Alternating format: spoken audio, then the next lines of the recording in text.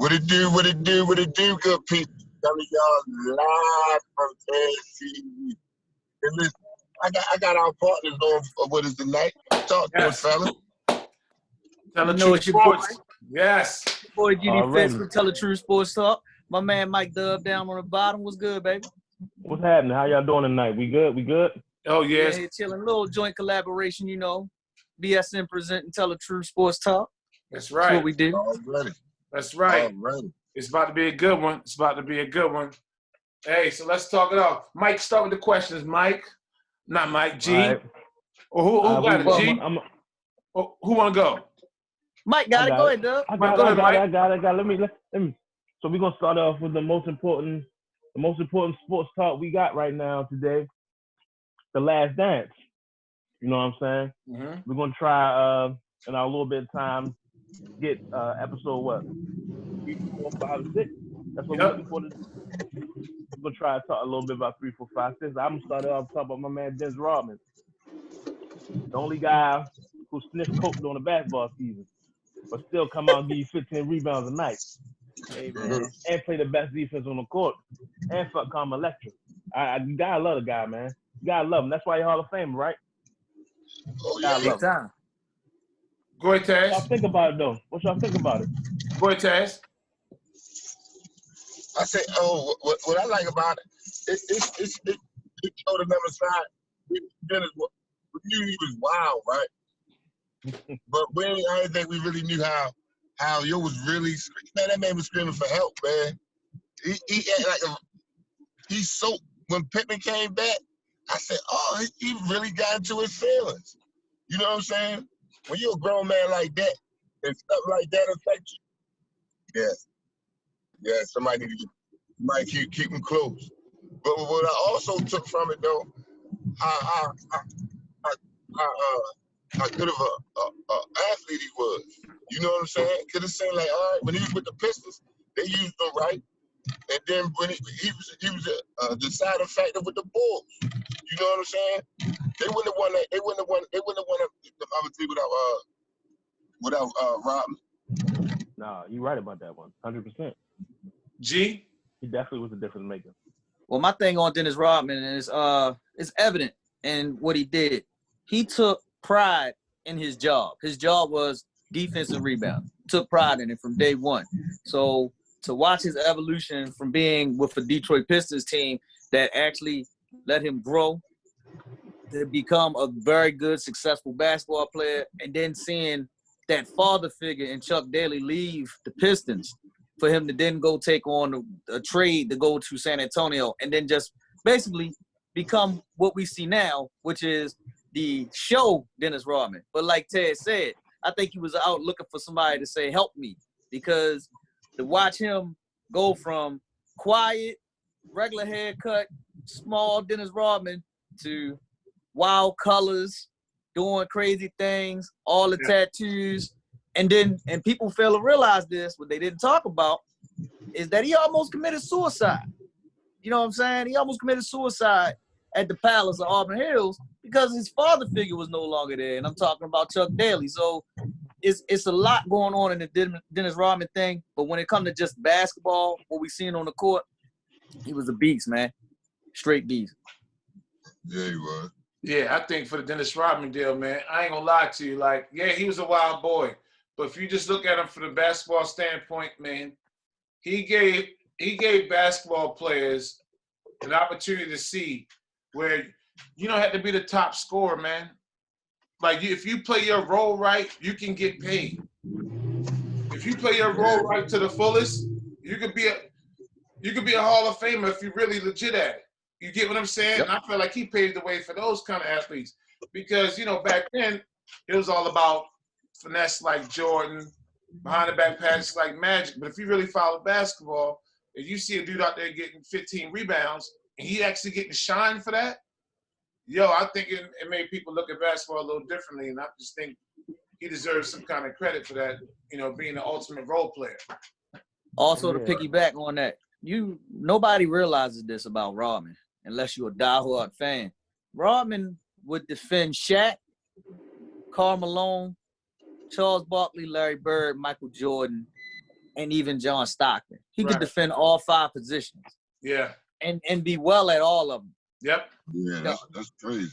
Yeah. You know what I mean? That's never heard of. Everybody can say LeBron can do it. No. Dennis Rodman was the guy that did it. Did it all the time. That was his job. So big ups to Dennis Rodman. Yeah. My question goes here though. Yep. Episode 4, the Phil Jackson situation. Now, we all know we've dealt with coaches that are player coaches and, strict guys, strict coaches.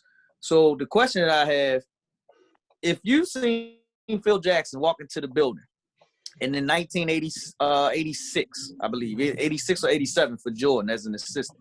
Okay. And you're a guy like Jordan. We all play ball, so we know this. If you get a guy like Phil coming in, and mind you, he's coming in on the coattails working with Doug Collins, right? Yep. Who's been the ultimate player coach for your best player. How would you react if you were the best player and they brought in Phil Jackson and said he's taking over for a guy that brought you in and actually help elevate your game? I'm going to go ahead and start that out with you, Dip. Man, from Mike, from my standpoint, like when you have one coach, you know what this makes me think of Rodney Bass's interview what Taz did with him. If you watch the interview, it kind of talks something like this. Mm-hmm. You come in with a coach and he says, hey, this is your role. This is what we need from you, right? So you're going in with that mindset like, okay, this is my job when I get here. Then when a new coach come in and basically take that job away from you, like that can like, it almost can put you like in depression. That can put you in a situation where, you opt out to leave, you want to quit. And, I think that was a huge risk because with Doug Collins, he let him be Mike. This is Mike, this is your guy, this is your team. And then Phil come in and was like, hey, man, you need to pass the rock. John Paxson can shoot. Steve Kerr can knock it down. All this BS. Like, I got to give credit to Jordan, man, because at that moment, it was like a fork in the road. Like, you either go, man, the hell with this, right, or you buy in.